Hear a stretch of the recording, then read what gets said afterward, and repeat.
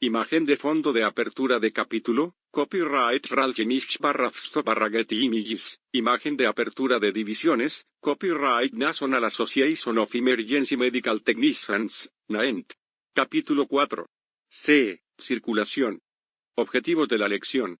Describir la fisiopatología del shock. Reconocer los signos clínicos del shock.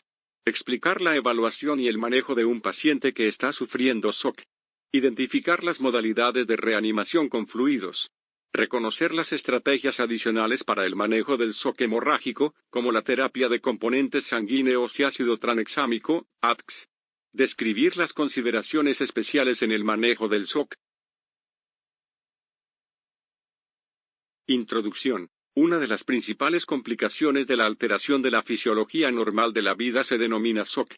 El shock se produce por una falta de perfusión de oxígeno a los tejidos. Es un problema muy urgente porque el cuerpo no tiene reservas reales de oxígeno. Tenemos almacenamientos de grasa para 30 días y de glucosa para un día, pero solo tenemos suficientes reservas de oxígeno para aproximadamente 5 minutos. Si se interrumpe el suministro de oxígeno a los tejidos, se producen daños en los órganos en cuestión de minutos y, en algún punto, esos daños se vuelven irreversibles. El shock es verdaderamente la muerte en proceso, de modo que se necesita intervenir urgentemente.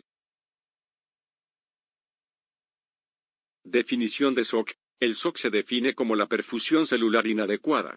Las células requieren oxígeno y glucosa para producir energía, trifosfato de adenosina, ATP. El oxígeno en la sangre solo puede transportarse cuando está ligado a la hemoglobina, Hb, en los glóbulos rojos, y una molécula de Hb solo puede transportar 4 moléculas de oxígeno. El contenido bajo en oxígeno en la sangre se conoce como hipoxemia. La hipoxemia conduce a la hipoxia, que se produce cuando el contenido de oxígeno de los tejidos del cuerpo y las células es bajo. Por último, el flujo de sangre insuficiente no puede proporcionar oxígeno necesario a las células, lo que se conoce como isquemia.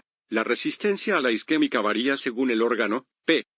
El cerebro, los pulmones y el corazón tienen la mayor sensibilidad isquémica. El único modo en que el cuerpo puede transportar más oxígeno es acelerar la circulación de los glóbulos rojos, es decir, hacer que el corazón lata más rápido. Si se reduce la cantidad de glóbulos rojos en la circulación, también lo hace la capacidad de transportar oxígeno. En algún punto, la sangre restante no podrá circular lo suficientemente rápido, y los tejidos no recibirán suficiente oxígeno, y el cuerpo estará en shock.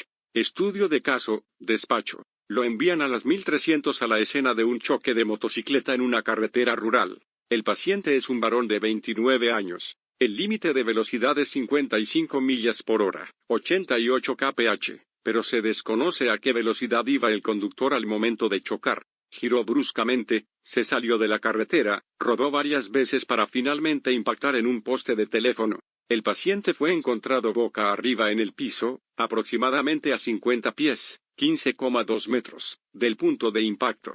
Es un día soleado y fresco de otoño, con una temperatura de 50 grados Fahrenheit, 10 grados Celsius. Pregunta: ¿qué posibles lesiones espera encontrar en este paciente basándose en la información disponible? Fisiología celular. La perfusión celular proviene de un flujo suficiente de sangre y oxígeno. El metabolismo aeróbico produce suficiente energía para las funciones celulares. El metabolismo aeróbico de la glucosa con oxígeno produce 38 moléculas de ATP. Los productos residuales del metabolismo aeróbico son CO2 y H2O. Todos los glóbulos rojos cuentan.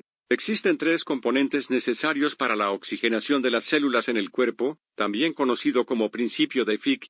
Carga de oxígeno en los glóbulos rojos en el pulmón. Suministro de glóbulos rojos a las células de los tejidos. Descarga de oxígeno de los glóbulos rojos a las células de los tejidos. Una parte crucial de este proceso es que el paciente tenga suficientes glóbulos rojos disponibles para suministrar cantidades adecuadas de oxígeno a las células de los tejidos para producir energía.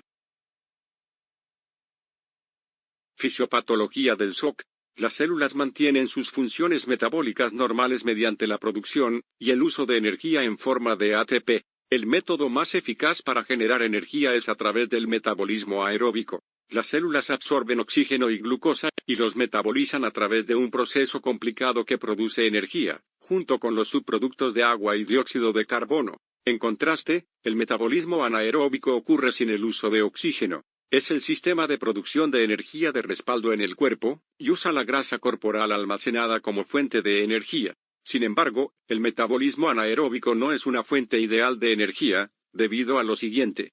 Solo puede mantenerse por un período breve. Produce una energía 19 veces menor que el metabolismo aeróbico. El metabolismo aeróbico produce 38 moléculas de ATP, junto con dióxido de carbono y agua como productos residuales. El metabolismo anaeróbico produce 2 moléculas de ATP por cada molécula de glucosa, junto con el ácido láctico como producto residual, figura 4.1. La acumulación de ácido láctico causa acidosis metabólica. A la larga, puede volverse irreversible. Figura 4.1. Formación del lactato durante la hipoxia. En caso de hipoxia, el piruvato se convierte en ácido láctico en lugar de ser procesado por el ciclo del ácido cítrico para formar trifosfato de adenosina, ATP. Copyright National Association of Emergency Medical Technicians, NAEMT. Si el metabolismo anaeróbico no se corrige rápidamente, las células empiezan a morirse, lo que provoca un efecto de cascada catastrófico. La sensibilidad de las células a la falta de oxígeno varía entre un sistema de órganos y otro, tabla 4.1, y es mayor en el cerebro, el corazón y los pulmones, que tienen de 4 a 6 minutos antes de que se produzca daño irreversible. El nefasto ácido láctico. En el metabolismo anaeróbico, las células que sufren hipoxia, falta de oxígeno, liberan ácido láctico, que provoca acidosis y aumentos de la respiración para exhalar el acúmulo de ácido. Los pacientes en SOC tienden a respirar más rápido, incluso con una función pulmonar perfecta. Si bien no es tóxico en sí, la acumulación de lactato en la sangre es un signo seguro de que los tejidos se encuentran en una dieta anaeróbica, y que los órganos tienen los minutos contados. Tabla 4.1. Tolerancia de los órganos a la isquemia. Órgano. Tiempo de sensibilidad isquémica. Corazón, cerebro, pulmones. 4 a 6 minutos. Riñones, hígado, tubo gastrointestinal. 45 a 90 minutos. Músculo, hueso, piel.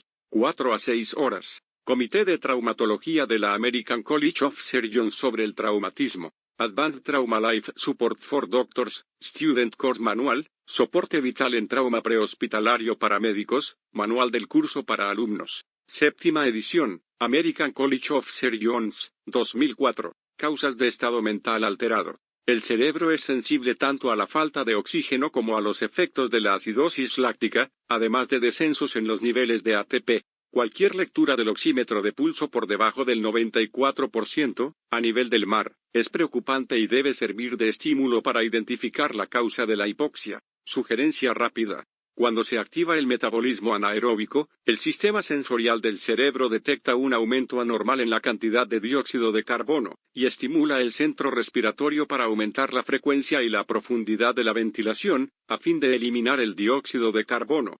La taquipnea suele ser uno de los primeros signos de metabolismo anaeróbico y SOC, y aparece incluso antes que el aumento de la frecuencia de pulso. Cuando el cuerpo entra en estado de SOC, desvía el flujo de sangre para proteger los órganos esenciales. Por eso los órganos menos esenciales que aún tienen una alta necesidad de oxígeno, como los riñones, el hígado, los pulmones, el intestino y el endotelio vascular, son los primeros en exhibir daños, mientras que el corazón y el cerebro se mantienen ilesos hasta el final. Cualquier cosa que impacte negativamente la circulación de la sangre reduce el transporte de oxígeno a los tejidos y puede provocar un SOC. El SOC cardiogénico, en el cual el corazón no puede bombear adecuadamente, o el SOC distributivo, cuando la dilatación de los vasos reduce el retorno venoso hacia el corazón, son posibles causas en pacientes con traumatismo. Sin embargo, la causa más frecuente es el SOC hemorrágico, que se produce por la pérdida de sangre circulante y la reducción del volumen de líquido. El SOC produce la muerte.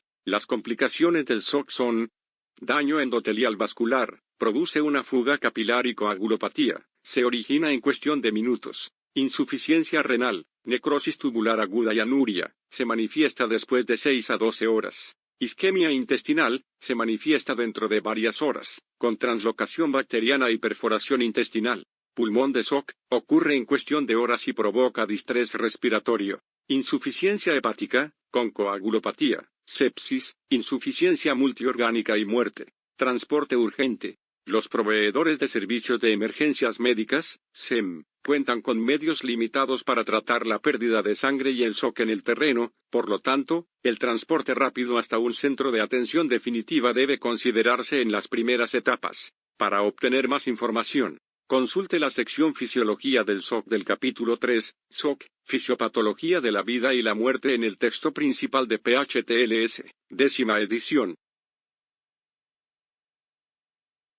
Tipos de shocks traumáticos. El shock traumático en la fase emergente implica una alteración del sistema cardiovascular en uno de sus componentes, sangre, líquidos, shock hipovolémico, corazón, bomba, shock cardiogénico, o vasos sanguíneos, contenedor, shock distributivo. En pacientes con traumatismo, el shock hipovolémico como resultado de la pérdida de sangre, shock hemorrágico, es el más común. La tabla 4.2 detalla los tipos de shock, y la tabla 4.3 indica los signos asociados con cada tipo. Sugerencia rápida. En caso de duda, siempre considere un shock hipovolémico como la causa, ya que siempre hay cierto grado de hemorragia en los pacientes con traumatismos. Tabla 4.2. Tipos de shocks traumáticos. Copyright National Association of Emergency Medical Technicians, NAEMT. Tabla 4.3. Signos asociados con tipos de shock. Copyright National Association of Emergency Medical Technicians, NAEMT. Figura 4.2 Taponamiento cardíaco. A medida que la sangre pasa de un orificio en el músculo cardíaco hacia el espacio pericárdico, limita la expansión del ventrículo. Por lo tanto, el ventrículo no puede llenarse completamente. A medida que se acumula más sangre en el espacio pericárdico, queda menos espacio ventricular disponible y se reduce el gasto cardíaco. Copyright National Association of Emergency Medical Technicians, NAEMT. Figura 4.3 Neumotórax. Atención. Si el volumen de aire atrapado en el espacio pleural continúa incrementándose, no solo el pulmón del lado afectado se colapsa, sino que el mediastino se desplaza hacia el lado contrario. El desplazamiento del mediastino altera el retorno de la sangre al corazón a través de la vena cava y afecta el gasto cardíaco, a la vez que comprime el pulmón del lado contrario. Copyright National Association of Emergency Medical Technicians, NAEMT. Shock y color de la piel y mucosa bucal. Un color de piel o mucosa bucal rosado por lo general indica un paciente bien oxigenado sin metabolismo anaeróbico. La piel o mucosa cianótica o moteada indica una hemoglobina no oxigenada, y una falta de oxigenación adecuada en la periferia. La piel o mucosa bucal pálida, moteada o cianótica tiene un flujo sanguíneo inadecuado a raíz de una de las siguientes opciones. Vasoconstricción periférica, con mayor frecuencia asociada con la hipovolemia. Reducción del suministro de glóbulos rojos, anemia aguda. Interrupción del suministro de sangre a esa porción del cuerpo, como se puede observar con una fractura o lesión de un vaso sanguíneo. Estudio de un caso, impresión inicial. La motocicleta yace adyacente al poste de teléfono. Hay una deformidad moderada en las ruedas de la motocicleta y el manubrio. El paciente fue encontrado boca arriba en el suelo, a 50 pies, 15,2 metros, del punto de impacto. Un vehículo de emergencia se posicionó en la escena para proteger el lugar y asegurar la salida de la ambulancia. Pregunta. ¿Cuáles son las preocupaciones de seguridad de la escena?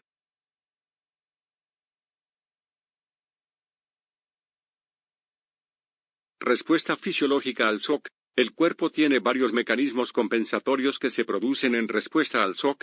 La respuesta cardiovascular aumenta la presión arterial y el gasto cardíaco. La frecuencia cardíaca está aumentada, al igual que la fuerza de las contracciones. La respuesta hemodinámica aumenta la presión arterial. Se produce la vasoconstricción y contracción esplénica. La respuesta endocrina ayuda a la compensación cardiovascular y hemodinámica mediante la secreción de epinefrina y norepinefrina, suprarrenal. El sistema nervioso simpático libera catecolaminas. La respuesta endocrina también inicia la compensación renal reabsorbiendo sodio y líquidos a través de la secreción de hormona antidiurética, hipófisis posterior, y aldosterona, suprarrenal. La respuesta celular como compensación a la hipoxia es la producción de energía a través del metabolismo anaeróbico. Clases de hemorragias. El shock hemorrágico es por mucho la causa más frecuente de shock. Un adulto de 150 libras, 70 kilos, tiene un volumen de aproximadamente 5 litros de sangre circulante. El shock hemorrágico, shock hipovolémico por pérdida de sangre, se divide en 4 clases, en función de la gravedad y la cantidad de sangre perdida. Figura 4.4, consulte la tabla 4.4 al final de esta sección.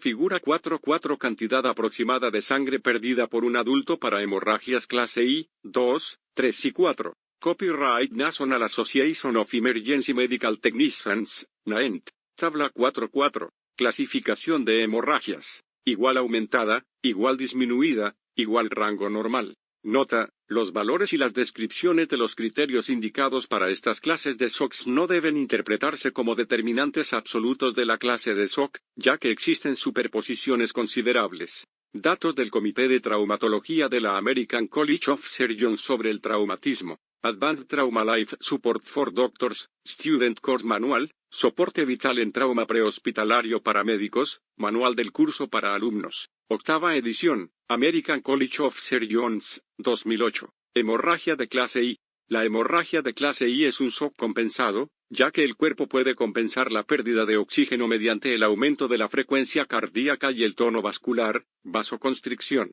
El vaso puede compensar la pérdida de sangre al contraerse, y aumentar el volumen circulante de sangre en hasta 500 mililitros. Al ocurrir una lesión traumática con hemorragia, los signos fisiológicos están dentro de los valores basales normales del paciente. El paciente está aún consciente, la piel está perfundida, la producción de orina es normal y la frecuencia ventilatoria también es normal, ya que no hay metabolismo anaeróbico que produzca ácido láctico en la sangre. La liberación de adrenalina es la causa de que el paciente esté levemente ansioso. Signos fisiológicos: lesión inicial con hemorragia. Actividad mental: levemente ansioso. Piel cálida, seca, llenado capilar menor que 2 segundos. Respiración: frecuencia y profundidad normales, 12 a 16 respiraciones / minuto para adultos. Frecuencia cardíaca: frecuencia normal / levemente aumentada. Pulso: igual intensidad de pulso central y periférico. Presión arterial: presión sistólica / diastólica y de pulso normal. Hemorragia de clase 2. La hemorragia de clase 2 puede provocar hipotensión postural, es decir, la presión sistólica disminuye al moverse de posición boca arriba a sentado / de pie. Mientras la hemorragia continúa, la respuesta endocrina del sistema nervioso simpático, secreción de epinefrina y norepinefrina, produce una compensación de la pérdida de sangre mediante vasoconstricción y aumento de la frecuencia cardíaca y de la fuerza de contracción ventricular. Como consecuencia disminuye la presión de pulso. Signos fisiológicos: compensación. Actividad mental: aumento de la ansiedad, irritabilidad, agitación, liberación de catecolaminas. Piel pálida, fría, llenado capilar de 2 a 3 segundos, vasoconstricción periférica por liberación de catecolaminas. Respiración: aumento de la frecuencia, 14 a 20 respiraciones / minuto en adultos. Hipoxia. Frecuencia cardíaca, en aumento. Pulso: pulsos centrales normales, pulsos periféricos débiles, liberación de catecolaminas. Presión arterial, sistólica y diastólica normal, disminución de la presión de pulso, efectos compensatorios. Hemorragia de clase 3. La hemorragia de clase 3 es un shock progresivo. Si no se revierte, provocará una insuficiencia en múltiples sistemas de órganos, y el paciente morirá. Mientras la hemorragia continúa, la respuesta endocrina continúa con vasoconstricción y aumento de la frecuencia cardíaca y de la fuerza de contracción ventricular. Sin embargo, los mecanismos compensatorios están comenzando a fallar con una disminución del gasto cardíaco. La reducción de la presión arterial es un signo tardío. El aumento de la frecuencia ventilatoria es un mecanismo compensatorio para revertir los efectos de la acidosis láctica. Signos fisiológicos: shock progresivo. Actividad mental: aumento de la ansiedad, irritabilidad y agitación, confusión.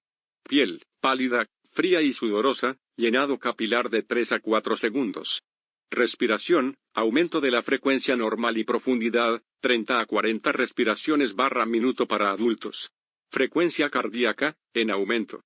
Pulso: pulsos centrales débiles, ausencia de pulsos periféricos. Presión arterial: descenso de presión sistólica / diastólica, descenso de presión de pulso. Hemorragia de clase 4. La hemorragia de clase 4 es una etapa de shock grave caracterizada por una taquicardia marcada, frecuencia cardíaca de más de 120 a 140 latidos por minuto, taquipnea, frecuencia de ventilación de más de 35 ventilaciones por minuto, confusión profunda o letargia, lo que indica que ni siquiera el cerebro está recibiendo suficiente oxígeno, y una amplia reducción de la presión arterial sistólica, por lo general en el rango de los 60 milímetros Hg. Las fracturas pueden producir una hemorragia interna considerable. Las fracturas de fémur y pelvis son las de mayor preocupación. Una sola fractura de fémur puede asociarse con hasta 2 a 4 unidades, 1000 a 2000 mililitros, de pérdida de sangre en un muslo. Esta lesión sola podría provocar la pérdida del 30 al 40% del volumen de sangre de un adulto y provocar un shock hipovolémico descompensado. El punto de descompensación es la hipotensión, y la muerte es inminente. Signos fisiológicos: descompensación. Actividad mental: difícil de despertar, evolucionando a inconsciente. Piel: pálida, fría y sudorosa, llenado capilar mayor que a 5 segundos. Respiración: frecuencia en aumento. Frecuencia cardíaca: frecuencia en aumento. Pulso: pulsos centrales débiles, ausencia de pulsos periféricos. Presión arterial: descenso de presión sistólica / diastólica, descenso de presión de pulso. Estudio de caso: evaluación primaria. X. No se observa hemorragia externa grave. A. Permeables. B. 29 respiraciones / minuto, elevación superficial del tórax. C. Pulsos radiales rápidos y filiformes, piel pálida. D. EG, GCS, 14, O4, V4, M6, pupilas iguales, redondas, reactivas a la luz. E. Acostado boca arriba en el suelo, dolor pélvico en la palpación, abrasión y hematomas observados en el cuadrante superior izquierdo, brazos y manos. Preguntas. ¿Cuáles son las posibles amenazas para la vida teniendo en cuenta el mecanismo de lesión y los resultados de la evaluación primaria? ¿Por qué es importante controlar la vía aérea y la respiración de este paciente? ¿Qué órganos localizados en el cuadrante superior izquierdo podrían causar hemorragia interna grave? Consideraciones especiales para la pérdida de sangre. Existen varios factores que complican la evaluación del paciente con traumatismo, ocultando o atenuando los signos del shock. Estos factores pueden confundir al proveedor de atención prehospitalaria incauto, y hacerle pensar que un paciente con traumatismo está estable cuando en realidad no lo está. Tenga en cuenta lo siguiente. Medicamentos: los betabloqueadores afectan la frecuencia cardíaca. De este modo, es posible que la frecuencia cardíaca no sea capaz de compensar la pérdida de sangre. Los antiagregantes plaquetarios y anticoagulantes afectan el tiempo de coagulación, tabla 4.5. Implantes de marcapasos: los marcapasos de frecuencia fija pueden afectar la frecuencia cardíaca. En consecuencia, es posible que no se observe taquicardia. Pacientes geriátricos / adultos mayores. Con frecuencia, los pacientes geriátricos toman medicamentos como betabloqueadores o tienen marcapasos, así que la taquicardia compensatoria estará limitada o incluso ausente. Además, una presión arterial dentro del rango normal podría ser hipotensiva para un paciente cuyo valor de referencia de la presión arterial es más alto. Las arterias están más duras debido a aterosclerosis, y no pueden compensar la hipotensión de la misma manera. Los problemas del músculo cardíaco y las válvulas pueden afectar a la compensación. Pacientes pediátricos: los niños y adultos jóvenes tienen una tremenda capacidad de compensar la pérdida de sangre, por lo cual es posible que parezcan tener un estado relativamente normal en un examen rápido. Una observación más detenida puede revelar signos sutiles de shock, como una taquicardia o taquipnea leves, piel pálida con un retraso en el tiempo de llenado capilar y ansiedad. Debido a sus potentes mecanismos compensatorios, los niños que se hallan en shock descompensado representan emergencias extremas. Considere los signos vitales acordes al rango de edad del paciente. La compensación puede ser efectiva, pero la descompensación se produce rápidamente, por lo que no dude en recurrir a la resucitación con fluidos. Embarazo: las mujeres embarazadas tienen un volumen de sangre aumentado, hasta el 50%, así que pueden perder una gran cantidad de sangre antes de descompensarse y que sea evidente. Atletas: los atletas bien entrenados pueden tener una frecuencia cardíaca en reposo muy baja, de hasta 30 a 40 latidos por minuto. Una tasa de 90 latidos por minuto puede ser una taquicardia compensatoria, la cual puede interpretarse erróneamente como un valor normal. Pregunta de pensamiento crítico. ¿Cuáles son algunos de los antiagregantes plaquetarios y anticoagulantes que se recetan comúnmente a los pacientes? Antiagregantes plaquetarios, aspirina, ticagrelor, prasugrel y clopidogrel. Anticoagulantes, warfarina, apixaban, dabigatran, edoxaban y rivaroxaban. Tabla 4.5. Algunos medicamentos que se deben conocer al tratar el SOC. Tipo de droga. Efecto. Betabloqueadores. Previenen la taquicardia compensatoria y el aumento del gasto cardíaco. Interfieren en los mecanismos compensatorios y dificultan la evaluación. Medicamentos antihipertensivos. Interfieren en la vasoconstricción compensatoria. Diuréticos. Reducen el volumen circulante, de modo que el paciente puede con frecuencia estar hipovolémico en primer lugar. Anticoagulantes. Alteran la función de los factores de la coagulación, así que será necesaria la administración de dichos factores. Antiagregantes. Anulan la eficacia de las plaquetas, de modo que se necesitará una transfusión de plaquetas. Copyright National Association of Emergency Medical Technicians, NAEMT. Para obtener más información. Para obtener más información sobre la anatomía y la fisiología del SOC, consulte la sección Evaluación y factores que confunden del capítulo 3, SOC, Fisiopatología de la vida y la muerte en el texto principal de PHTLS, 10ª edición. Sangre y hemoderivados. Los hemoderivados ofrecen muchas ventajas. Pueden restaurar el volumen de sangre, la capacidad de transporte de oxígeno, y la capacidad de coagular de la sangre. Los objetivos de la reanimación con líquidos son la restauración del volumen de sangre para restablecer la perfusión celular, pero no necesariamente la restauración de la presión arterial normal. Los objetivos de la reanimación no son los mismos en cada situación. Figura 4.5. Figura 4.5a. Algoritmo para manejar la reanimación con volumen. Copyright National Association of Emergency Medical Technicians, NAEMT. En el caso de un traumatismo penetrante con hemorragia, retrasar la rehidratación agresiva hasta el control definitivo puede prevenir el sangrado adicional. En pacientes con lesión cerebral traumática, LCT, debe obtenerse una presión sistólica de 110 mm/Hg para mantener la perfusión del cerebro lesionado, incluso si eso significa que aumente el sangrado. Si bien hay un acuerdo generalizado de que la transfusión de sangre es más eficaz, presenta problemas logísticos mayores que van más allá del alcance de muchos sistemas de SEM, aunque los avances técnicos podrían cambiar esto en el futuro cercano. Pregunta de pensamiento crítico. ¿Cómo puede determinar si un nivel de conciencia alterado se debe al SOC o a un trauma craneal? No siempre puede determinarse al principio. Sin embargo, si la presión arterial es 55/30 mm/Hg y SpO2 es 70%, el nivel de conciencia alterado puede deberse a la hipotensión y la hipoxemia. Si el nivel de conciencia alterado persiste una vez que se han corregido la hipotensión y la hipoxemia, debe suponer que hay una lesión cerebral presente, y establecer los objetivos hemodinámicos en función de ello. Hemoderivados. Sangre entera, proporciona las células endoteliales para el transporte de oxígeno, así como las plaquetas y los factores coagulantes. Concentrados de glóbulos rojos, proporcionan volumen y glóbulos rojos para el transporte de oxígeno. No contienen factores coagulantes. Plasma, proporciona volumen y factores coagulantes. El plasma liofilizado es el producto más práctico de manipular hasta la fecha. Para obtener más información, consulte la sección Reanimación con volumen del capítulo 3, SOC, Fisiopatología de la vida y la muerte en el texto principal de PHTLS, 10ª edición.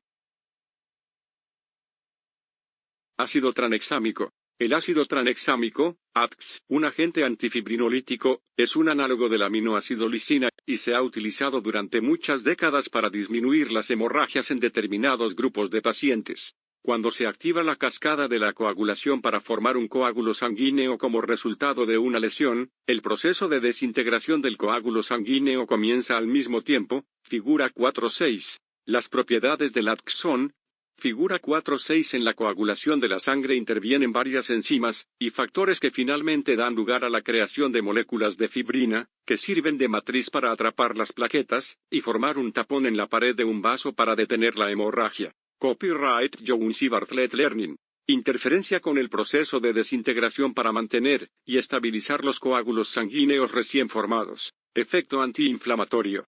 Múltiples estudios han demostrado que el ATX puede mejorar la supervivencia en pacientes con traumatismo grave. El ATX parece ser más efectivo cuando se administra en forma temprana, es decir, menor que 3 horas después de la lesión, y cuando los pacientes tienen lesiones de gravedad, es decir, hipotensos, taquicárdicos. Se requiere más investigación. Se están llevando a cabo investigaciones adicionales para determinar las indicaciones adecuadas para el uso de ATX prehospitalario, incluido el uso en pacientes con lesión cerebral traumática, ya que no todos los estudios han demostrado un beneficio definitivo. Las directrices actuales de atención táctica de heridos para uso en las comunidades de CEN tácticos militares y civiles avalan una dosis única de 2 gramos de ATX administrada lentamente por vía 4 para pacientes que probablemente necesiten una transfusión de sangre, es decir, shock hemorrágico, lactato elevado, una o más amputaciones importantes, traumatismo penetrante en el torso o evidencia de hemorragia grave. Pacientes con signos de lesión cerebral traumática importante, es decir, estado mental alterado asociado con lesión por explosión o traumatismo contundente. Administrar no más de 3 horas después de la lesión. Advertencia. La administración 4 rápida de ATX puede causar hipotensión. Si hay un nuevo descenso de la presión arterial durante la infusión, reduzca la velocidad. Efectos secundarios del ATX. Náuseas, vómitos, diarrea, alteraciones visuales. Posible aumento del riesgo de coágulos sanguíneos después de la lesión. La hipotensión es posible si se administra demasiado rápido como fluido 4. Estudio de caso, evaluación detallada. Signos vitales. Copyright National Association of Emergency Medical Technicians, NAENT. Evaluación secundaria. Copyright National Association of Emergency Medical Technicians, NAENT. Reevaluación de la evaluación primaria.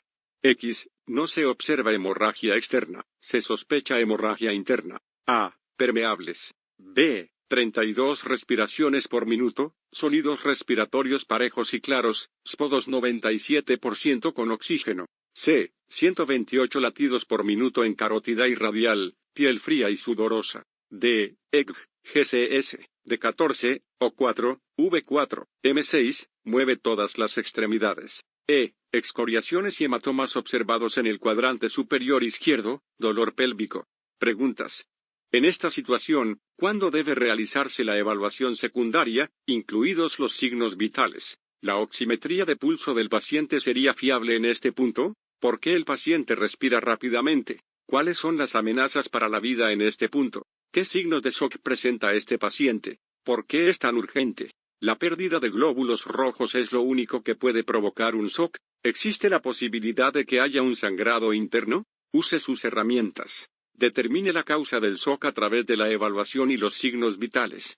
Los sonidos asimétricos durante la evaluación de la respiración del paciente pueden indicar un neumotórax. Atención. El traumatismo de tórax contundente con cambios en el electrocardiograma, ECG, puede indicar una contusión cardíaca. Una paraplegia o tetraplegia altas pueden indicar la pérdida de tono vascular debida a la lesión neurológica. Sugerencia rápida. Los pacientes con traumatismos que tienen un pulso radial débil tienen 15 veces más probabilidades de morir que los pacientes con un pulso normal. Para obtener más información, consulte la sección Reanimación con volumen del capítulo 3, SOC, Fisiopatología de la vida y la muerte en el texto principal de PHTLS, 10ª edición. Pérdida de sangre, hemorragia externa y compresión directa.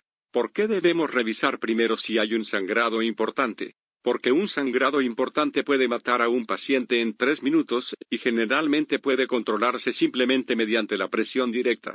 Ejercer presión sobre la zona del sangrado durante un periodo suficiente permite la formación de un coágulo y cierra el orificio en el vaso. Esto lleva aproximadamente 3 minutos con un vendaje hemostático, y hasta 10 minutos con una gasa normal, siempre y cuando el paciente no esté tomando medicamentos anticoagulantes. Es por esto que el algoritmo prehospitalario, SAPD, es distinto del ABD hospitalario, ya que los pacientes con un sangrado externo importante nunca llegarán al hospital si el problema no se soluciona a nivel prehospitalario. La capacidad del cuerpo de responder al sangrado y controlarlo depende de lo siguiente: el tamaño del vaso, la presión dentro del vaso, la presencia de factores coagulantes, la capacidad del vaso lesionado de entrar en espasmo y reducir el tamaño del orificio, y el flujo de sangre en la zona de la lesión. La presión del tejido alrededor de la zona de la lesión en el vaso, y cualquier presión adicional ejercida desde el exterior. El control de las hemorragias externas debe realizarse en pasos, escalando si las medidas iniciales no alcanzan para controlar el sangrado.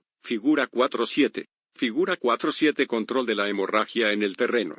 Copyright National Association of Emergency Medical Technicians, NAEMT. No haga estallar ese coágulo. En condiciones normales, un coágulo plaquetario puede soportar una presión de 80 milímetros Hg, que es suficiente para la mayoría de las heridas leves. Esto tiene dos implicaciones para el tratamiento del shock. Cuando el sangrado se detiene con compresión directa, se debe mantener la presión. De lo contrario, si la presión arterial del paciente es superior a 80 milímetros Hg, el coágulo estallará y el sangrado reaparecerá. En caso de un sangrado interno, continuo, si se restaura la presión arterial normal, estallará cualquier coágulo que se haya formado en la zona y aumentará el sangrado. Por eso no se deben administrar fluidos en bolos directos, ya que esto puede sobrecargar el rango de presión arterial objetivo y provocar un sangrado intratorácico, intraabdominal o retroperitoneal recurrente. Controle los líquidos. 4. Si el vendaje se humedece con sangre, significa que no se ha formado un coágulo en el orificio en el vaso. La presión debe mantenerse porque el primer coágulo formado por las plaquetas solo puede soportar una presión de aproximadamente 80 milímetros Hg, la infame presión de estallido de coágulo. Si la presión arterial del paciente es superior a eso, el coágulo estallará y el sangrado reaparecerá bien en cuanto se deje de hacer presión. Una vez que se detiene el sangrado, aplique un vendaje compresivo sin aliviar la presión hasta que el vendaje esté completamente asegurado. 3 recordatorios críticos. Al tratar una herida con un objeto empalado, aplique presión en ambos lados del objeto y no sobre él. Los objetos empalados no deben extraerse en el campo, ya que la extracción puede provocar una hemorragia interna descontrolada. Si tiene que usar las manos para realizar otras tareas para salvar la vida, puede crear un vendaje compresivo utilizando almohadillas de gasa y una banda elástica o un esfigmomanómetro inflado hasta que se detenga la hemorragia.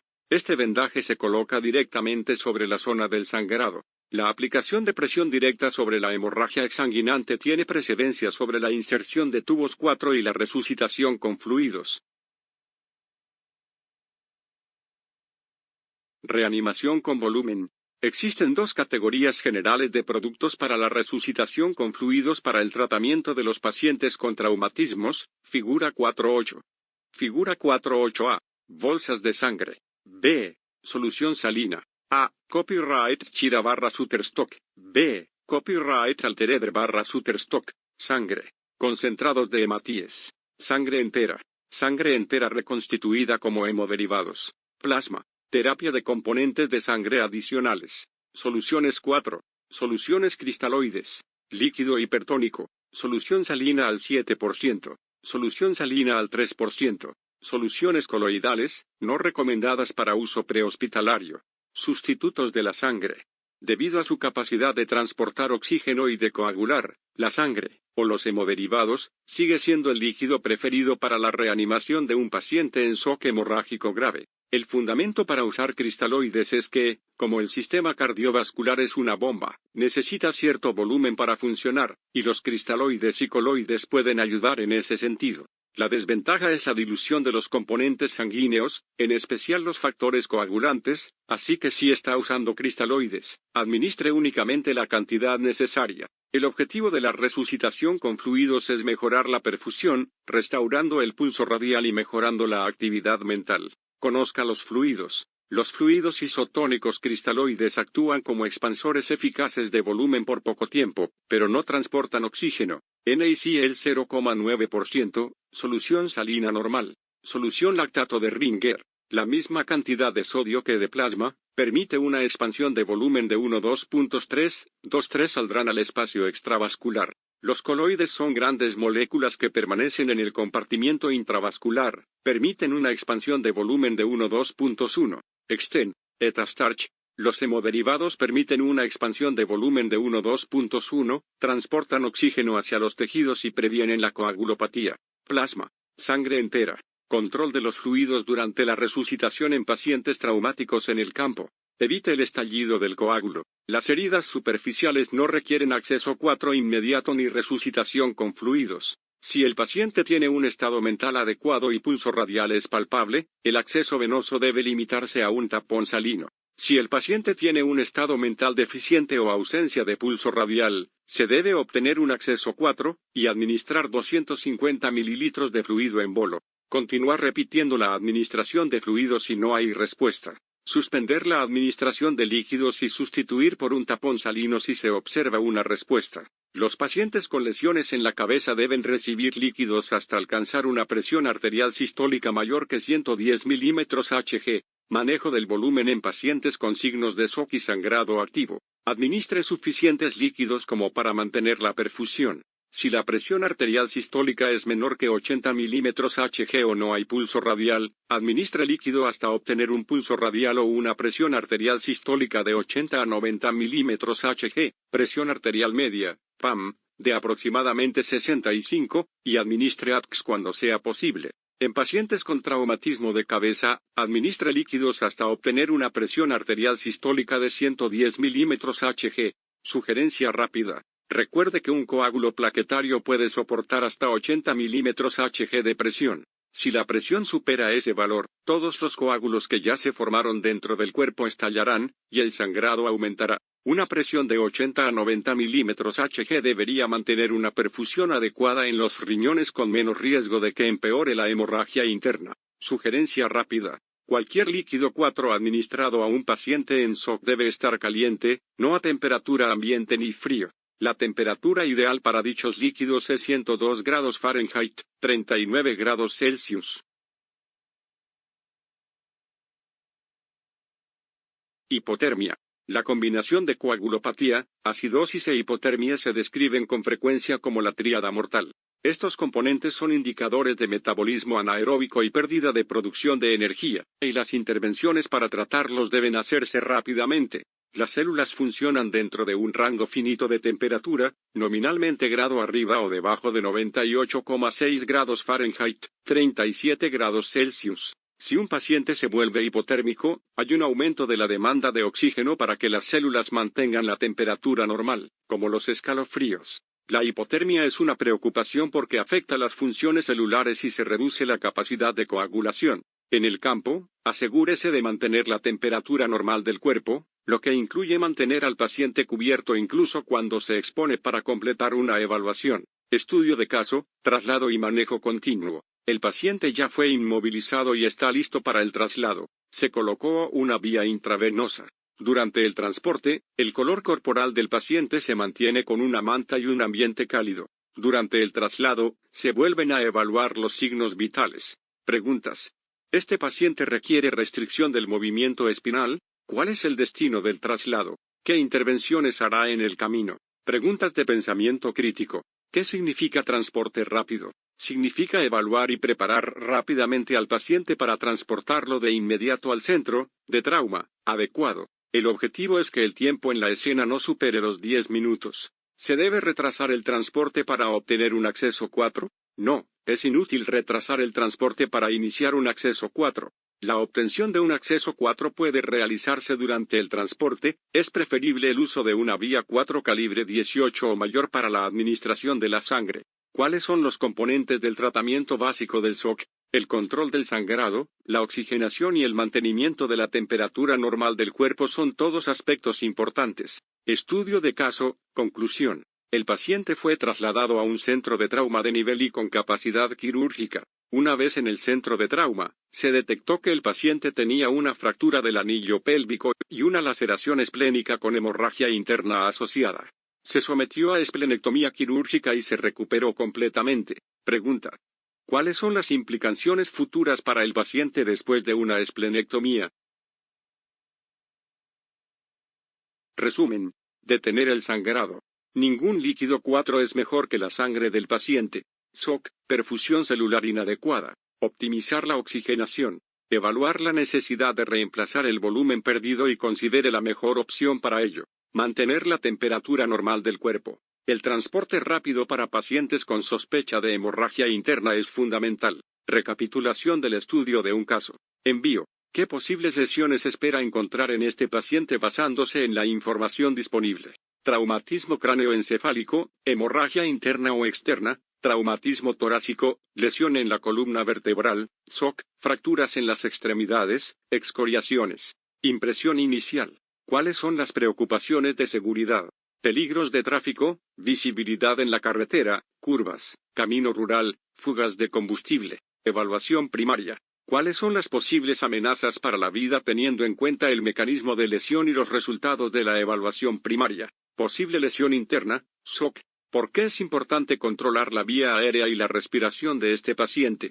Si no hay ninguna vía aérea ni respiración, la sangre no transporta oxígeno. Debido al mecanismo de la lesión, es importante descartar otras lesiones, como un neumotórax a tensión. ¿Qué órganos localizados en el cuadrante superior izquierdo podrían causar una hemorragia interna grave? El vaso está muy vascularizado y puede provocar hemorragia interna si se rompe. Evaluación detallada. En esta situación, ¿cuándo debe realizarse la evaluación secundaria, incluidos los signos vitales? La evaluación secundaria podría demorarse por la presencia de amenazas para la vida y el tratamiento asociado. Si hay otros proveedores de SEM presentes, la evaluación secundaria y de signos vitales se deben realizar de forma simultánea al manejo de las amenazas para la vida. ¿La oximetría de pulso del paciente sería fiable en este punto? La oximetría de pulso utiliza el flujo pulsátil de sangre en los capilares, de modo que el flujo sanguíneo reducido y la pérdida de glóbulos rojos originan una oximetría de pulso poco fiable. Observe al paciente y no dependa de máquinas que pueden no proporcionar un valor preciso debido a la reducción de la presión arterial y la circulación periférica. ¿Por qué el paciente respira rápidamente? Puede ser a raíz del estrés de la situación, y también podría deberse al shock por la pérdida de sangre. La respiración rápida compensa la producción de ácido láctico. ¿Cuáles son las amenazas potenciales para la vida en este punto? La excoriación y el hematoma en el cuadrante superior izquierdo pueden indicar un sangrado interno. El dolor pélvico probablemente indica fractura del anillo pélvico, que puede estar acompañada de hemorragia interna. ¿Qué signos de shock presenta este paciente? Respiración rápida, frecuencia cardíaca rápida, estado mental alterado, piel fría, presión arterial baja. ¿Por qué es tan urgente?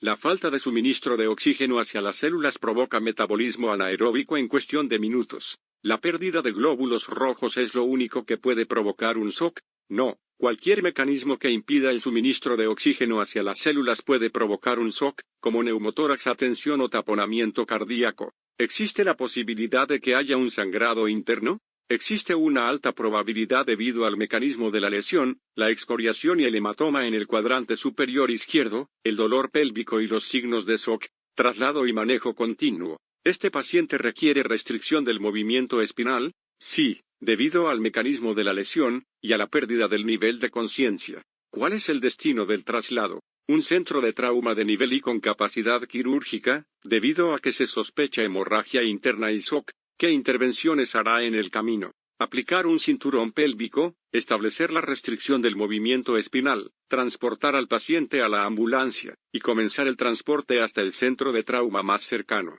En el camino, aplicar oxígeno a 2 litros/minuto a través de una mascarilla sin reinhalación con monitorización de ECO2. Colocar una vía 4 calibre 18G, administrando líquidos suficientes como para mantener una presión arterial sistólica de mayor que 90 milímetros Hg. Debido a la hemodinamia del paciente y al potencial de hemorragia interna, observa que el paciente es candidato para la administración de ATX. Durante el transporte, el color corporal del paciente se mantiene con una manta y un ambiente cálido. Durante el traslado, se vuelven a evaluar los signos vitales. Conclusión. ¿Cuáles son las implicancias en el futuro para el paciente después de una esplenectomía? El vaso es un componente importante del sistema inmunológico, en consecuencia, el paciente tendrá mayor riesgo de infección. Preguntas de estudio. Su compañero está comprimiendo la zona del sangrado de un paciente varón que fue apuñalado varias veces en el lado izquierdo del pecho. El sangrado parece estar controlado, pero el paciente se pone agresivo. Está pálido y respira rápidamente, aunque dice que no puede respirar, y siente que está a punto de morir. El próximo paso en el manejo del paciente es comenzar con la ventilación asistida, administrar oxígeno de alto flujo, descomprimir el lado izquierdo del tórax, administrar 250 mililitros de fluidos. La respiración del paciente mejora notoriamente, pero continúa confundido. No tiene pulso radial, y el pulso carotideo es rápido y filiforme. Su compañero pregunta si puede dejar la compresión para insertar una 4. ¿Cómo le debe responder? Sí, claro, es una gran idea. Sí, pero primero debemos restringir la movilidad. Primero tómale la presión arterial para ver si necesita una 4. No, mantén la presión y marchémonos de aquí. En el camino al hospital, logra colocarle una 4 calibre 18 en el brazo derecho. Su paciente sigue confundido y aún no tiene pulso radial. Su siguiente medida es administrar 1 litro de fluidos. Administrar 250 mililitros de fluidos y luego detenerse. Administrar fluido hasta obtener un pulso radial. Administrar ATX. Después de administrar 400 mililitros de lactato de Ringer, obtiene un pulso radial y mejora el nivel de conciencia del paciente. El monitor muestra frecuencia cardíaca de 110 latidos por minuto, presión arterial de 85/60 milímetro Hg, SpO2 95%, frecuencia de ventilación de 25 respiraciones por minuto. ¿Qué debe hacer? Administrar 500 mililitros adicionales de lactato de Ringer, detener los fluidos y administrar 2 gramos de ATX. Administrar ATX y 500 mililitros de solución salina normal. Administrar 2 miligramos de morfina como analgésico. Ahora realiza una evaluación secundaria. Nota una cicatriz de esternotomía. El paciente le dice que toma clopidogrel desde que le hicieron un bypass en la arteria coronaria hace 2 años. ¿Es útil esta información? No, el paciente debería dejar de hablar y concentrarse en respirar. Sí, debe ver a un cardiólogo una vez que se encuentre en el hospital local. Sí, necesitará plaquetas y que lo vea un cirujano cardíaco lo antes posible. Sí, debe elevarle la presión arterial hasta alcanzar 130 milímetros Hg sistólicos. Respuestas. Pregunta 1, C. Después de la X vienen la A y la B. Puede auscultar rápidamente los pulmones, es casi seguro que se habrá producido un neumotórax debido a las múltiples puñaladas en el tórax, y descomprimir el tórax. La descompresión de un neumotórax a tensión es el modo más rápido de tratar el shock. Pregunta 2, D. Es probable que el paciente esté en shock descompensado con sangrado interno, por lo cual el transporte rápido es la siguiente prioridad. Debe mantener la presión en la herida, ya que lo último que queremos en esta situación es que vuelva a aparecer un sangrado externo masivo. Pregunta 3, C. No, es hora de controlar los líquidos 4 para restaurar la perfusión de los tejidos. Administrar 1 litro a ciegas podría sobrecargar la presión objetivo e intensificar el sangrado interno. El ATX no es una prioridad, aunque puede ir al mismo tiempo que los líquidos. Pregunta 4, B. El paciente no necesita más líquidos por el momento. Administrar morfina a un paciente en shock es una medida arriesgada y podría provocar una hipotensión peligrosa. Pregunta 5, C. Debido a que está tomando clopidogrel, tiene las plaquetas inactivas durante al menos 5 días, de modo que requerirá una transfusión urgente de plaquetas.